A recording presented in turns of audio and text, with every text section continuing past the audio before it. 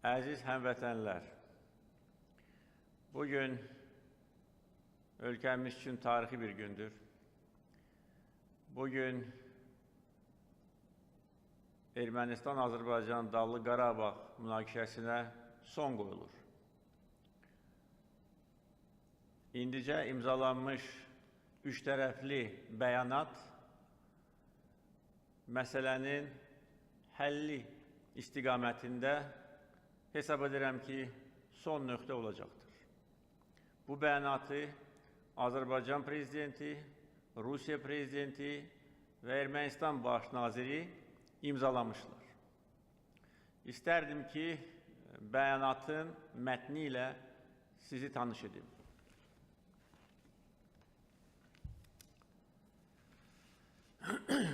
Azərbaycan Respublikasının Prezidenti, Ermənistan Respublikasının Baş Naziri və Rusiya Federasiyasının Prezidentinin bəyanatı.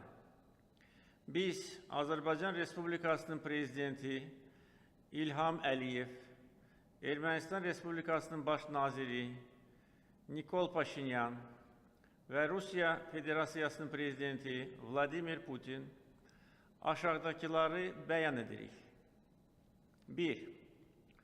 10 noyabr 2020-ci il tarixində Moskva vaxtı ilə saat 00:00-dan etibarən Dağlıq Qarabağ münaqişəsi zonasında ateşin və bütün hərbi əməliyyatların tam dayandırılması elan olunur. Bundan sonra tərəflər adlandırılacaq Azərbaycan Respublikası və Ermənistan Respublikası hazırda tutduqları mövqelərdə qalacaqlar. 2. 20 noyabr 2020-ci il tarixinədək Ağdam rayonu Azərbaycan Respublikasına qaytarılır. 3. Dağlıq Qarabağda təmas xətti və Laçın dəhlizi boyu Rusiya Federasiyasının 1960 sayda odlu silahlı hərbi qulluqçusundan 90 hərbi zirehli texnika, 380 ədəd avtomobil və xüsusi texnikadan ibarət sülhməramlı kontingenti yerləşdirilir. 4. Rusiya Federasiyasının sülhməramlı kontingenti erməni silahlı qüvvələrinin çıxarılması ilə paralel şəkildə yerləşdirilir. Rusiya Federasiyasının sülhməramlı kontingentinin qalma müddəti 5 ildir və müddətin bitməsinə 6 ay qalmış, hazırki müddəanın tətbiqinə xitam verilməsi niyyəti ilə bağlı tərəflərdən hər hansı biri çıxış etməzsə, müddət avtomatik olaraq növbəti 5 ilə uzadılır. 5. Münaqişə tərəflərinin razılaşmalara əməl etməsinə nəzarətin səmərəliyinin artırılması məqsədi ilə atəşkəsə nəzarət üzrə sülhməramlı mərkəz yaradılır. 6. Ermənistan Respublikası 15 noyabr 2020-ci il tarixinədək Azərbaycan Respublikasına Kəlbəcər rayonunu, 1 dekabr 2020-ci il tarixinədək isə Laçın rayonunu qaytarır. Dağlıq Qarabağla Ermənistan arasında əlaqəni təmin edəcək və bununla belə Şuşa şəhərinə toxunmayacaq Laçın dəhlizi 5 kilometr enliyində Rusiya sülhməramlı kontingentinin nəzarəti altına verilir. Tərəflərin razılığı əsasında növbəti 3 il ərzində Dağlıq Qarabağla Ermənistan arasında əlaqəni təmin edən Laçın dəhlizi üzrə yeni hərəkət marşrutunun inşası planı müəyyən ediləcək və bununla da həmin marşrutun mühafizəsi üçün Rusiya sülhməramlı kontingentinin gələcək yer dəyişməsi nəzərdə tutulur. Azərbaycan Respublikası Laçın dəhlizi üzrə hər iki istiqamətdə vətəndaşların nəqliyyat vasitələrinin və yüklərin hərəkətinə təhlükəsizlik zəmanəti verir. 7. Daxili məcburi köçkünlər və qaçqınlar Dağlıq Qarabağın ərazisinə və ətraf rayonlara BMT-nin qaçqınlar üzrə Ali Komissarlığının ofisinin nəzarəti altında geri qayıdır. 8. Hərbi əsirlər, girovlar və digər saxlanılan şəxslərin, habelə cəsədlərin mübadiləsi həyata keçirilir. 9. Bölgədəki bütün iqtisadi və nəqliyyat əlaqələri bərpa edilir. Ermənistan Respublikası vətəndaşlarının nəqliyyat vasitələrinin və yüklərin hər iki istiqamətdə maneəsiz hərəkətinin təşkili məqsədi ilə Azərbaycan Respublikasının qərb rayonları və Naxçıvan Muxtar Respublikası arasında nəqliyyat əlaqəsinin təhlükəsizliyinə zəmanət verir. Nəqliyyat əlaqəsi üzrə nəzarəti Rusiyanın Federal Təhlükəsizlik Xidmətinin sərhəd xidmətinin orqanları həyata keçirir. Tərəflərin razılığı əsasında Naxçıvan Muxtar Respublikası ilə Azərbaycanın qərb rayonlarını birləşdirən yeni nəqliyyat kommunikasiyalarının inşası təmin ediləcəkdir. Azərbaycan Respublikasının Prezidenti, Ermənistan Respublikasının Baş Naziri, Rusiya Federasiyasının Prezidenti. Əziz həmvətənlər, əziz bacılar və qardaşlar, bu bəyanatın tarixi əhəmiyyəti vardır.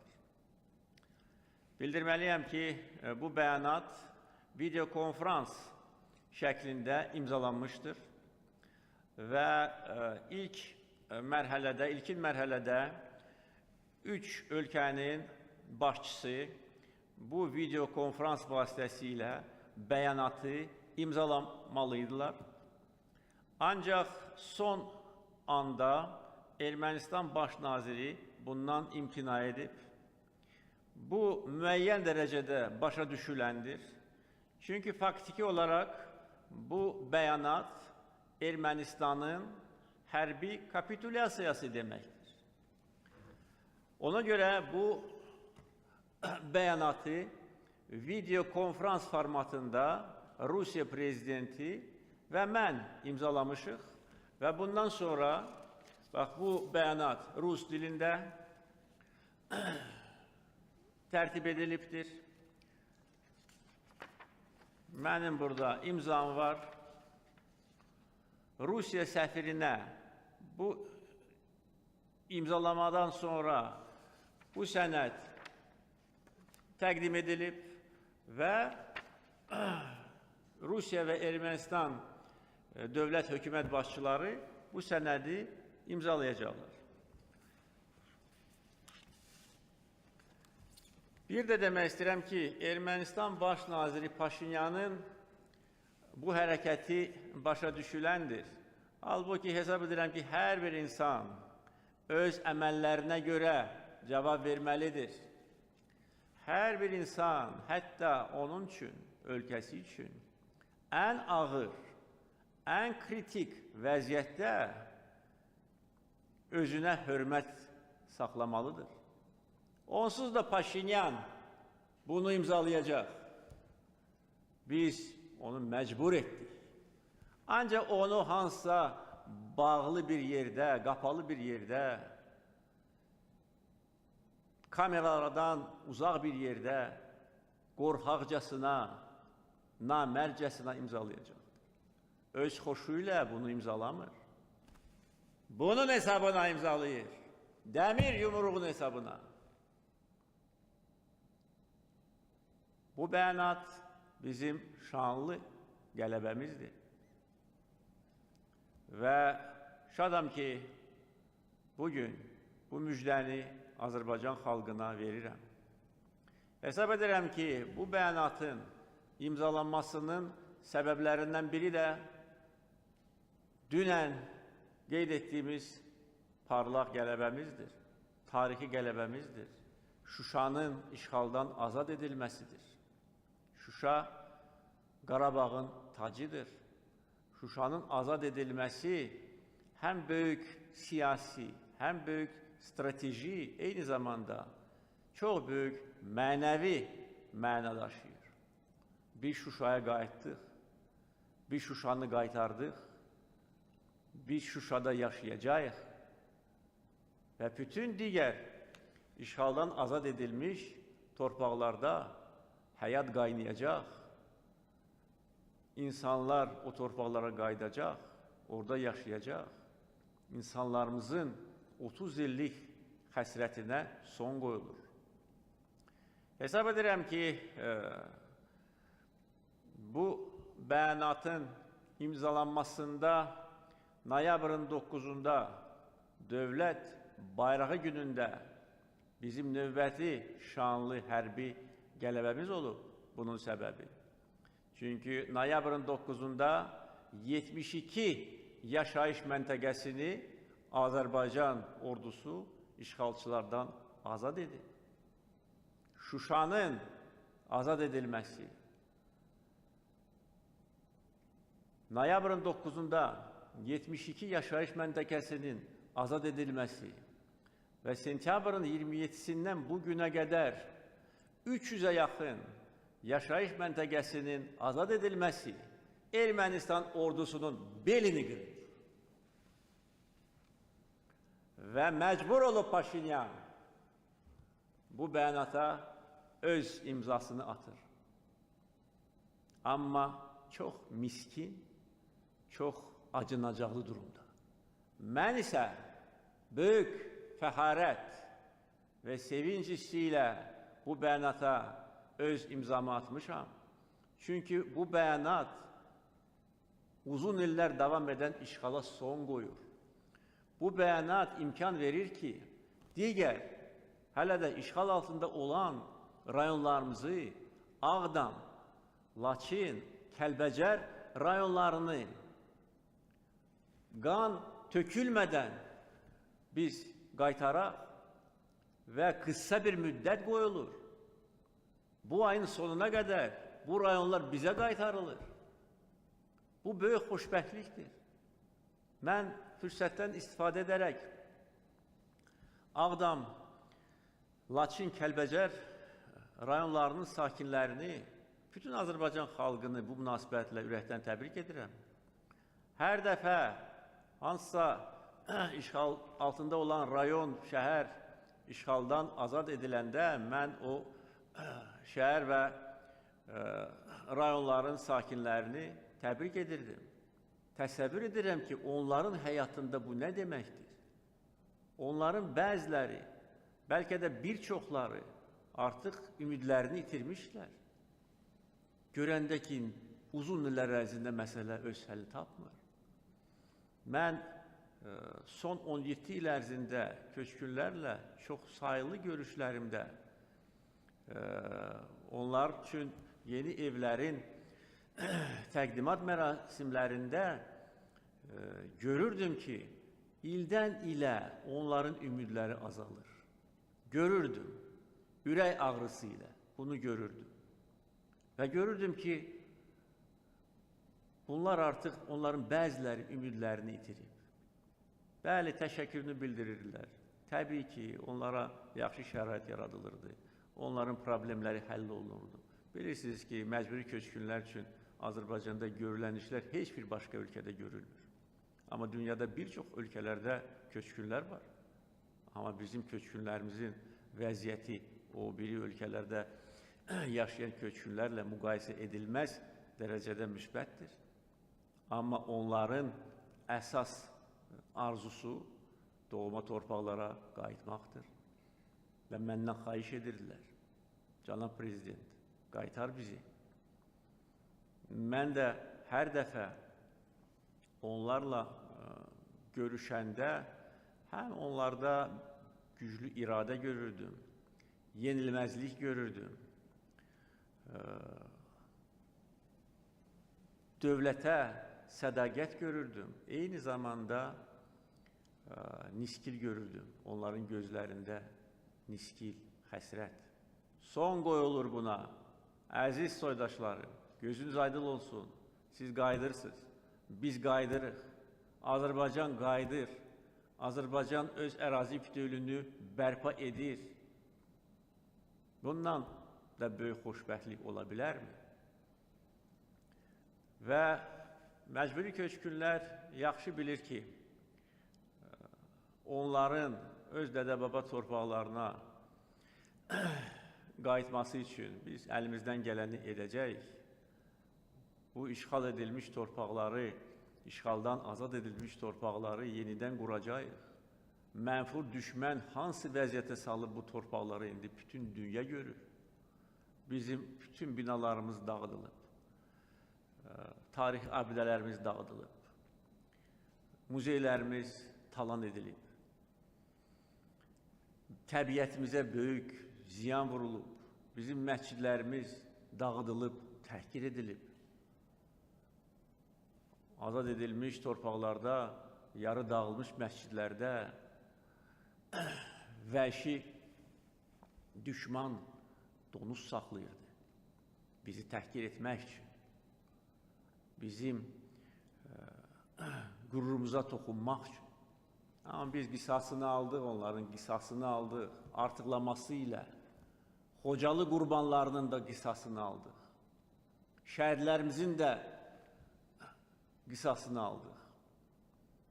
Mən noyabrın 8-də Şuşanın azad edilməsi ilə əlaqədar xalqıma müjdə verərkən bildirmişdim ki, şəhidlərin ruh qarşısında baş əyirəm.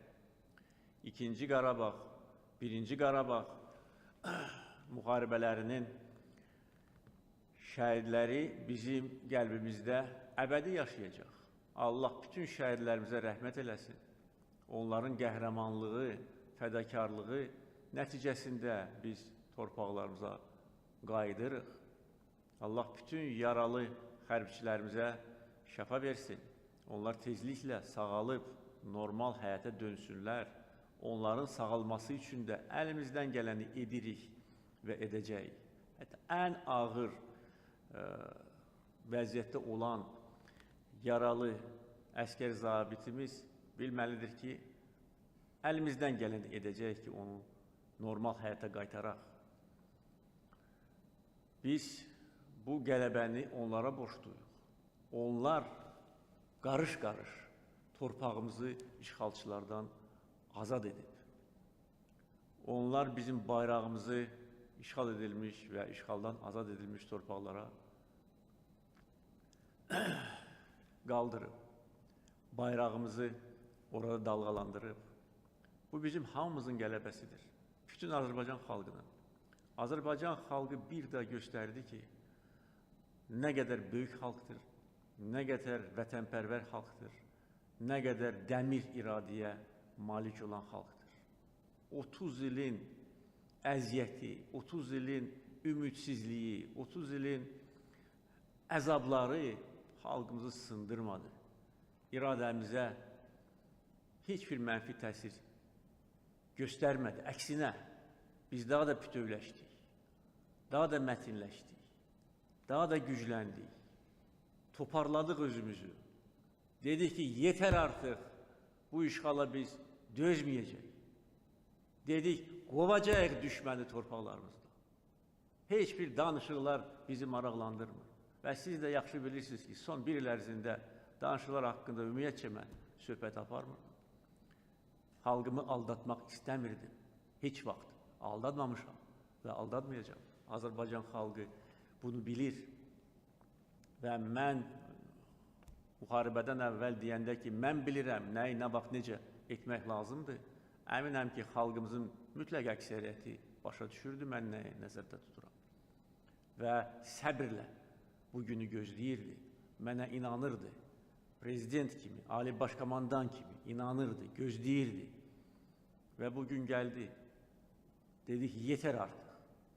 bu əsarətə yetər. Nə qədər bizim şəhərlərimiz əsarət altında qalacaq.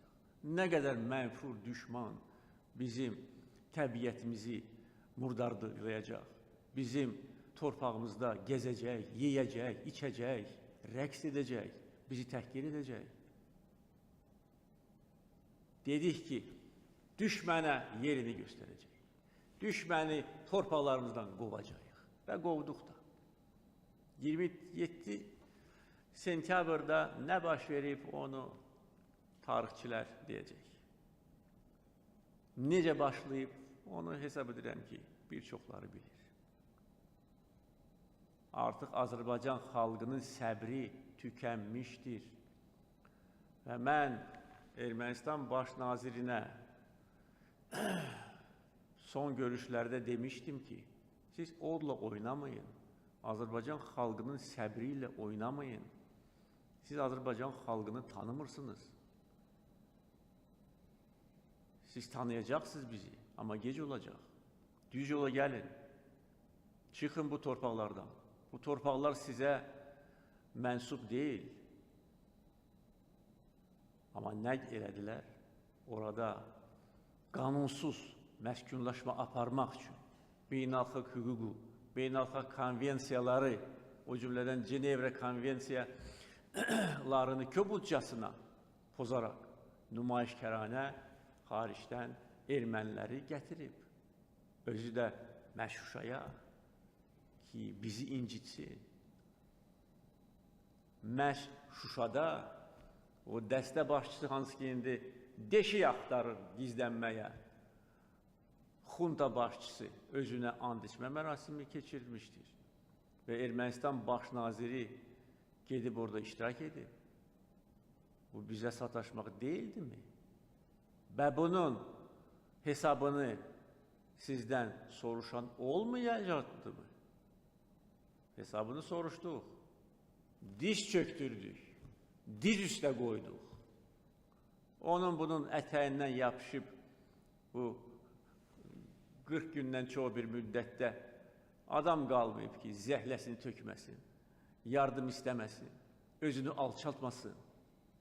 Biz alçaltmışıq onu. Əcəb də eləmişik. Sərxoş vəziyyətdə bizim üçün müqəddəs olan Şuşa şəhərinin Cıdır düzündə rəqs edəndə bugünü fikirləşəydi ki, bugün gələcək, cəzasını alacaq. Sıçan kimi gizlənib, bax bu sənədi götürüb ağlaya-ağlaya imzalayacaq.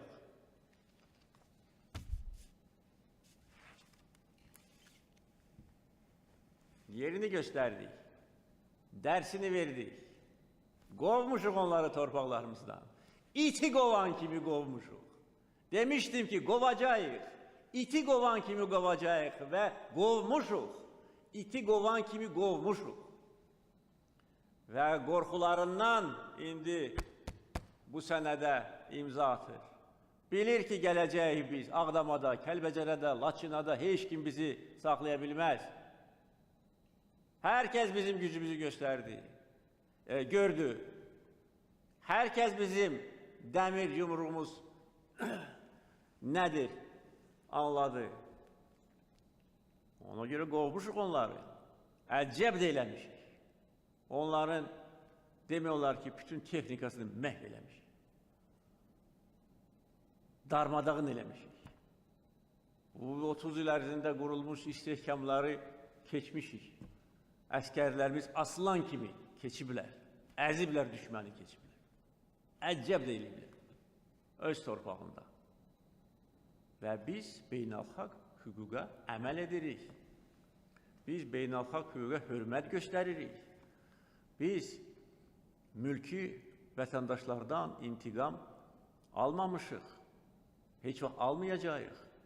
Və məhz buna görə mülki vətəndaşlar arasında düşmən tərəfdə itkilər çox azdır. Onlar nə etdilər? Onlar döyüş meydanında duruş gətirə bilmədilər, qaçdılar. Ondan sonra mülki vətəndaşlara ateş açdılar. balistik raketlərlə. Bu hərbi cinayətdir. Onlar bu hərbi cinayətə görə cavab verəcəklər. Gəncə şəhərini Ermənistandan balistik raketlərlə vurmaq alçaqlıq, alçaq hərəkətdir, cinayətdir. Bərdəni kaset bombalarla ateşə tutmaq hərbi cinayətdir.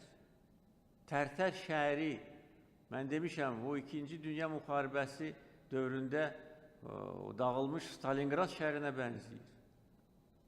Gündə, özü də böyük şəhər deyil, yüzlərlə mərmi düşürdü. Amma bir nəfər də tərpənmədi. Amma ermənilər qaçdılar, getdilər. Onların yenilməz dırnaqarası ordusu məhv oldu. Fərarilik. Xunta başçısı Dağlı Qarabağda əmr verdi ki, kim oradan qaçacaq, o məsuliyyətə cəlb olunacaq. Bir nəfər bizdə Fərari oldu mu? Olmadı. Bir nəfər də olmadı. Budur Azərbaycan xalqı. Mülki vətəndaşlar, evi dağılıb, malı batıb, yaxın insanı itirib, yenə də deyir ki, vətən sağ olsun, ancaq irəli. Mənə yazılan məktublarda Ali Başkomandan deyilir, irəli, dəstəkləyirik səni, ged irəli, dayanma. Və gedmişəm, dayanmamışam.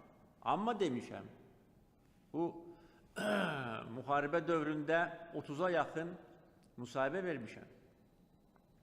Ömrümdə bəlkə də bu qədər müsahibə verməmişəm. Və bəziləri deyirlər ki, İlham Əliyev nə üçün müsahibə vermir? Hesab edirdim ki, mən kifayət qədər öz mövqeyimi ifadə etmək üçün imkanlara malikəm.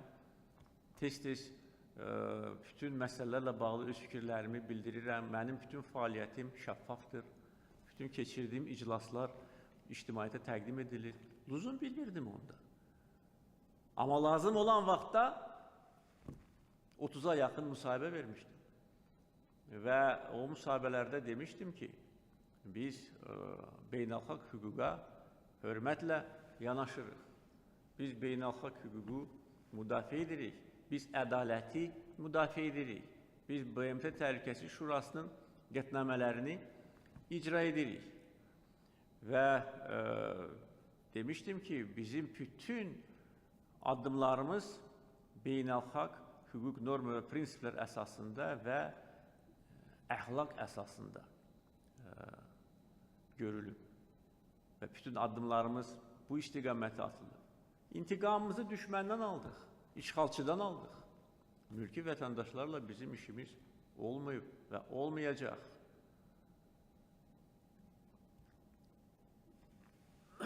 Düşmənin məskunlaşdığı, gizləndiyi şəhərlərdə böyük dağıntılar yoxdur. Çünki biz mülki obyektlərə ateş açmamışıq. Bax, bizim fərqimiz bundan ibarətdir. Mən demişdim ki, bu müharibə başlayandan sonra demişdim ki, bir çoxları, demək olar ki, bu məsələlərlə məşğul olan siyasətçilərin hamısı deyirdi ki, bu münaqişənin hərbi həlli yoxdur. Mən nə deyirdim?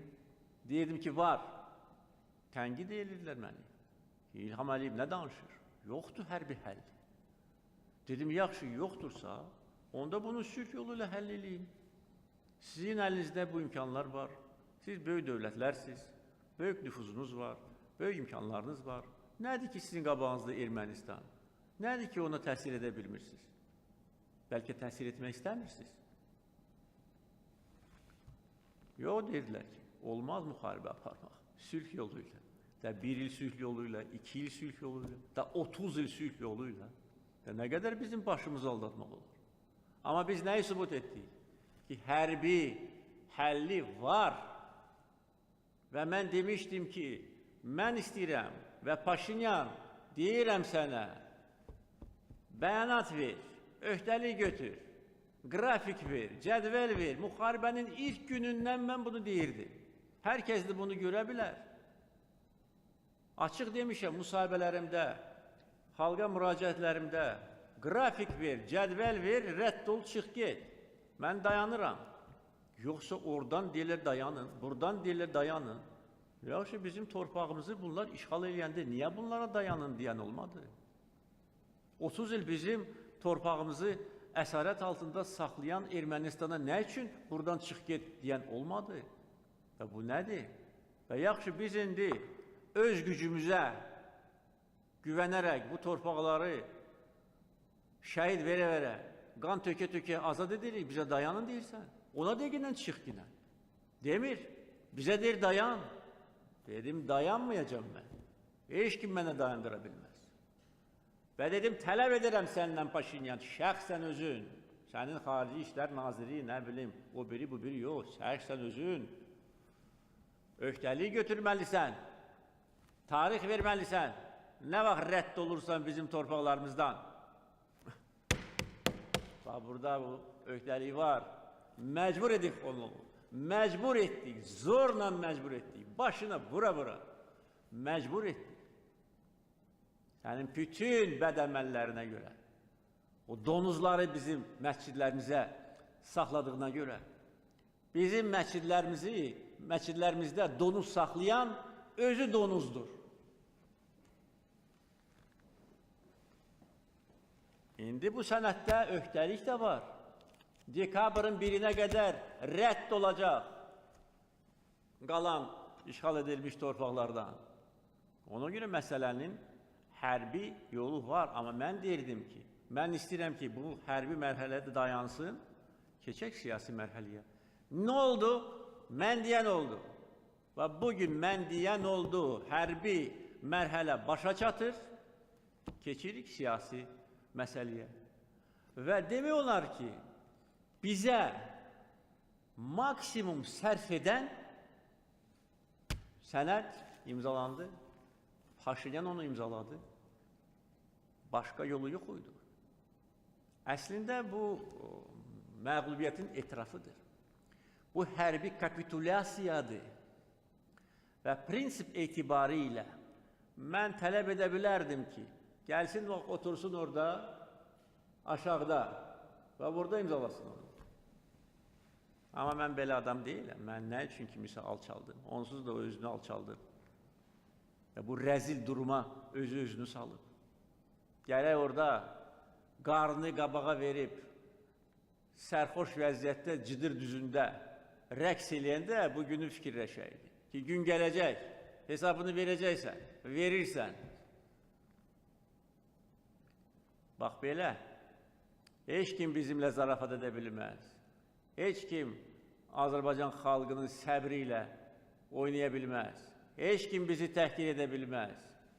Eləyərsən, dərsini alarsan. Necə ki, dərsini vermişik. Ona görə məsələnin həlli artıq təmin edilir. Əlbəttə, əgər Ermənistan atəşkəsə əməl etsə, mən artıq bütün əmrlərimi vermişəm. Bütün komandanlıqlara vermişəm əmrimi. Biz dayanırıq. Biz imzamıza hörmətlə yanaşırıq. Qarşı tərəf də dayanmalıdır. Çünki dayanmasa biz də dayanmayacağıq.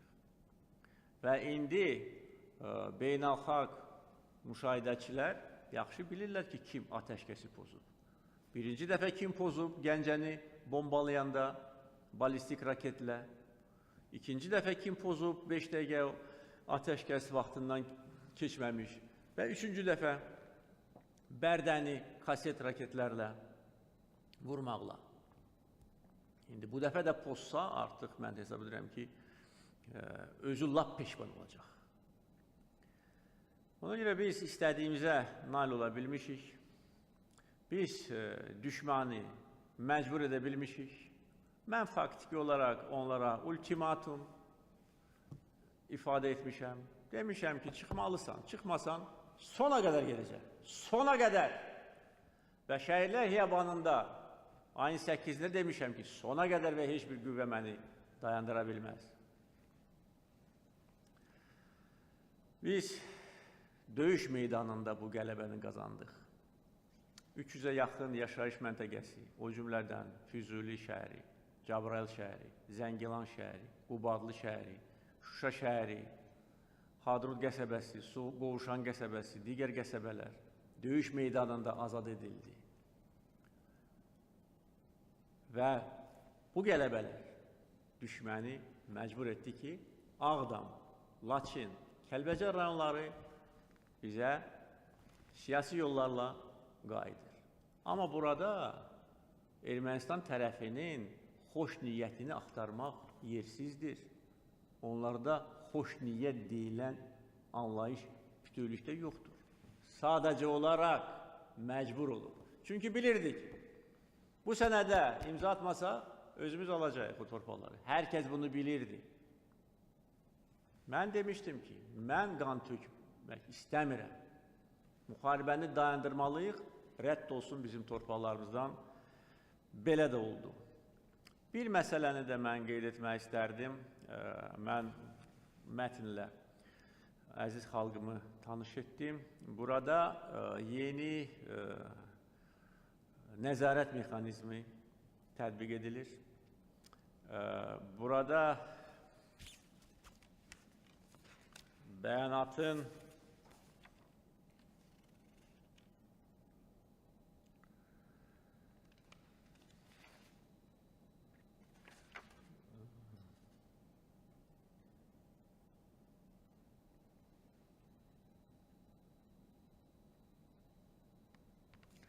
beşinci bəndində yazılır. Münaqişə tərəflərinin razılaşmalara əməl etməsinə nəzarətin səmərəliyinin artırılması məqsədi ilə atəşkəsə nəzarət üzrə sülh məramlı mərkəz yaradılır. Və mən deyə bilərəm ki, bu mərkəzdə Rusiya və Türkiyə hərbiçiləri fəaliyyət göstərəcək. Beləliklə, Türkiyə rəsmi qaydada bu münaqişənin gələcək həlli işində və atəşkəsə nəzarət etmək işində rol oynayacaqdır. Və mən videokonferans formatında imzalama mərasimindəki çıxışımda həm Türkiyə prezidenti, əziz qardaşım Rəcəb Tayyip Ərdoğanın, həm Rusiya prezidenti Vladimir Putinin səylərini yüksək qiymətləndirdim. Çünki onlar doğrudan da bu 44-45 gün ərzində böyük səylər göstərmişlər ki, məsələ sülh yolu ilə həll olunsun və eyni zamanda mən çox şadam ki, artıq münaqişənin dayandırılmasında bu iki lider öz müsbət rolunu oynayıb və hesab edirəm ki, bu eyni zamanda bölgədə gələcək əməkdaşlıq formatını da böyük dərəcədə müəyyən edir. Çünki Türkiyə ilə Rusiya arasındakı əlaqələr bugün hesab edirəm ki, tarixə baxsaq ən yüksək səviyyədədir. Hər iki ölkə bizim üçün dost, qonşu ölkədir və beləliklə hesab edirəm ki, gələcəkdə bu əməkdaşlıq formatı daha da çox şaxəli ola bilər. Digər önəmli məsələ, xüsusilə qeyd etmək istəyirəm ki, Naxçıvan Muxtar Respublikasının Azərbaycanın əsas hissəsi ilə əlaqəsi bu sənəddə təsbit edilir. Həm bütün kommunikasiyaların, yolların, deməli, açılması, eyni zamanda burada göstərilir ki, yeni nəqliyyat, kommunikasiya, infrastrukturu yaradıla bilər və yaradılmalıdır və biz bunu əlbəttə ki, çox dəstəkləmişik və deyə bilərəm ki, mənim təkidimlə bu bənd, bu bəyanata salındı. Çünki birbaşa Dağlıq Qarabağ, Ermənistan-Azərbaycan münaqişəsi ilə bu bəndin əlaqəsi yoxdur. Ancaq mənim təkidli tələblərim şadam ki, qəbul olundu və beləliklə Naxçıvan Muxtar Respublikasını Azərbaycanın əsas hissəsi ilə quru yollarla deməli, birləşdirmə istiqamətində tarixi addım atıldı. Çünki mənfur düşmən 90-cı illərin əvvəllərində və ondan da bir qədər əvvəl Naxçıvanı faktiki olaraq mühasirəyə almışdır. Bütün kommunikasiya xətləri kəsildi. Çünki o vaxt Azərbaycanın əsas hissəsindən ora enerji resursları ötürülürdü və faktiki olaraq Naxçıvan Muxtar Respublikası çox ağır vəziyyətdə qalmışdı və eyni zamanda Ermənistan ərazisindən ora hücumlar da edilirdi. Və dəfələrlə demişəm, məhz Ulu Öndər Heydər Əliyevin cəsarəti və fəaliyyəti nəticəsində Naxçıvan işğal altına düşmədi. Erməni vandallarının belə planları da var idi. Ona görə bu bəndi xüsusilə qeyd etmək istərdim və əziz Naxçıvanları da bu hadisə münasibəti ilə təbrik etmək istərdim və bildirməliyəm ki, Naxçıvanlar da 2-ci Qarabağ müharibəsində bütün digər bölgələrdən olan vətəndaşlar kimi fəal iştirak ediblər. İndi müharibə başa çatır, bəzi bugünə qədər açıqlanmayan məsələlər də üzə çıxacaq və hər kəs biləcək ki, bütün başqa bölgələrdən olan hərbçilərlə bərabər Naxçıvanlar da böyük qəhrəmanlıq göstəriblər və torpaqlarımızın azad edilməsi işində fədakarlıq göstəriblər, şəhidlər veriblər. Bir məsələyə də mən toxunmaq istəyirəm. Bu günlərdə Azərbaycan xalqının birliyini biz gördük. Bütün bölgələrdə ordumuza dəstək gəldi. Bütün bölgələrdə hər bir vətəndaş böyük həyəcan hissi ilə bu günləri yaşayıb, hər gün televiziya başında, radio başında, internetdə cəbhədən gələn xəbərləri izləyib, uğurlarımıza sevinib, bütün bölgələrdə biz bunu gördük. Bir də gördük ki, nə qədər ölkəmiz və xalqımız gözəl ölkədir və gözəl xalqdır. Və ölkəmizdə yaşayan bütün millətlərin nümayəndələri, bütün dini konfessiyaların nümayəndələri cəsarət göstərərək, düşmənlə vuruşaraq Azərbaycan ərazi bütövlüyünü bərpa etdilər. Bu bizim böyük sərvətimizdir, böyük dəyərimizdir. Dəfələrlə mən bunu demişəm. Ermənistan bu xoşbəxtlikdən məhrumdur. Çünki moda dövlətdir. Orada ermənilərdən başqa heç kim yaşamır. Avrasiyada, bizim bölgədə başqa belə ölkə tapmaq mümkün deyil. Çünki heç kim orada yaşaya bilmir. Ya onları qovalayırlar, etnik təmizləməyə məruz qoyurlar, Azərbaycanlılar kimi, ya da ki, sadəcə olaraq başqa millətin nümayəndəsi orada yaşaya bilmir. Sıxışdırırlar, sıxışdırırlar, sıxışdırırlar. Amma bizim üstünlüyümüz, bax, bundadır. Çox millətli, çox konfessiyalı Azərbaycan bu müharibədə də özünü göstərdi. Bütün xalqların nümayəndələri birlik göstərdilər, qəhrəmanlıq göstərdilər və bir də demək istəyirəm ki, bu müharibə bir çox məsələlərə bir daha aydınlıq gətirmişdir. Bir məsələni də mən bildirmək istəyirəm, əziz xalqıma çatdırmaq istəyirəm. Yəqin ki, siz fikir vermişsiniz ki, bu bəyanatda Dağlıq Qarabağın statusu haqqında bir kəlmə də yoxdur. Yoxdur. Bəs hanı Ermənistan tərəfinin tələbləri ki, Dağlıq Qarabağa müstəqillik verilməlidir? Bəs mən onlara muxtariyyət təklif edəndə buna razı olmadılar. Dedilər ki, yox, bu müstəqil dövlətdir, dırnaq arası. Uzun illər bunlar müstəqil dövlət kimi yaşayır və onlar Azərbaycandan müstəqillik almalıdırlar.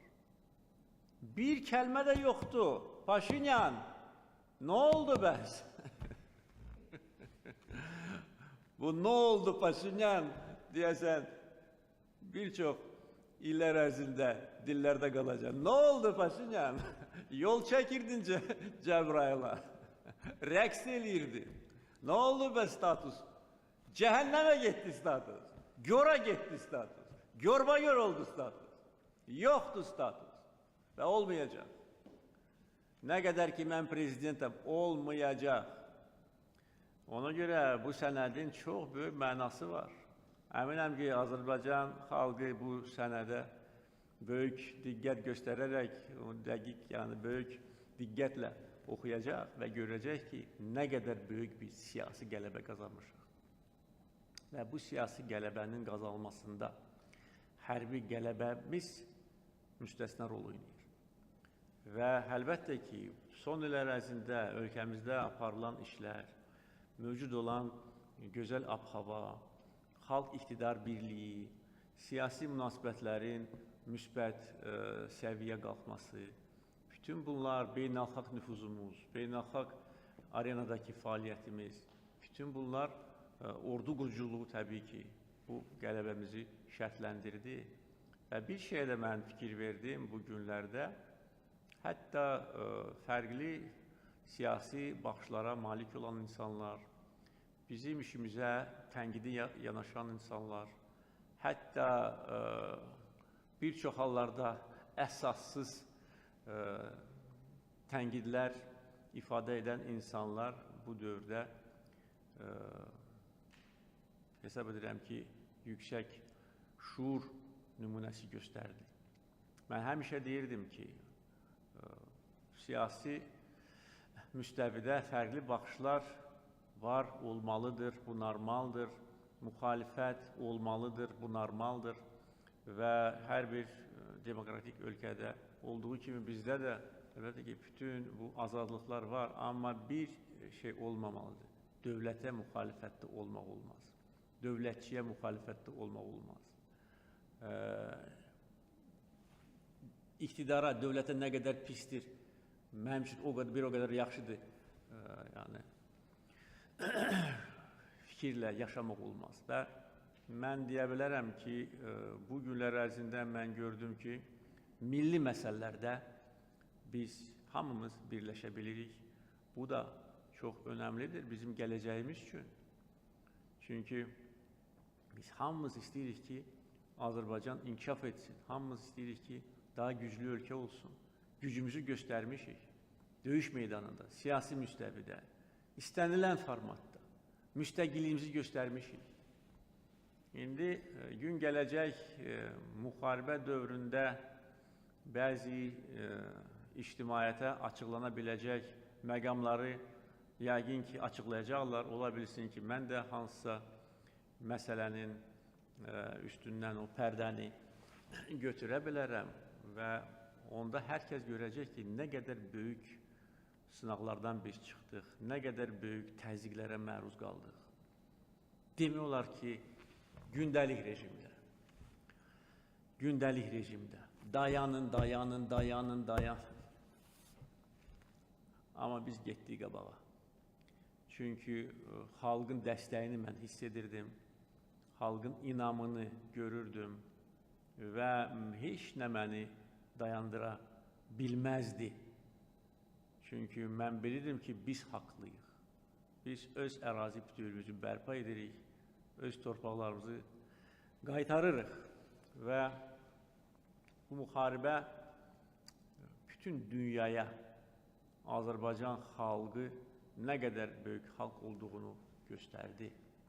Yenilməz xalq, dəmir iradəli xalq, müzəffər xalq, müzəffər ordumuz.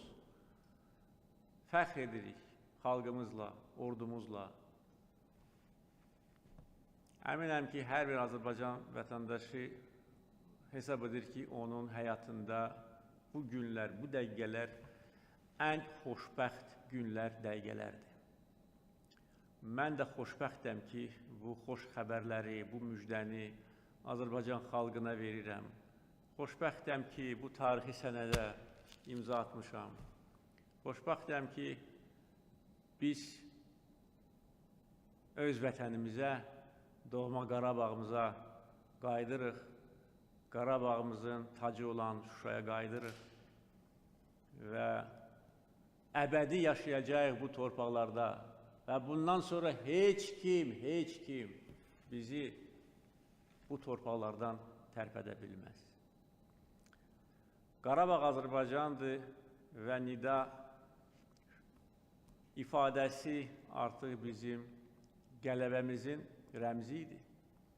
Rəmzinə çevrildi. Bir il bundan əvvəl mən bunu demişəm. Mən fəxr edirəm ki, mənim dediyim ifadə artıq bir milli şuara çevrildi. Bugün böyük qürur hissi ilə deyə bilərik ki, Füzuli bizimdir, Cəbrayıl bizimdir, Zəngilan bizimdir, Qubadlı bizimdir, Ağdam bizimdir, Laçın bizimdir, Kəlbəcər bizimdir, Şuşa bizimdir, Qarabağ bizimdir, Qarabağ Azərbaycandır. Eşq olsun Azərbaycan xalqına, yaşasın Azərbaycan.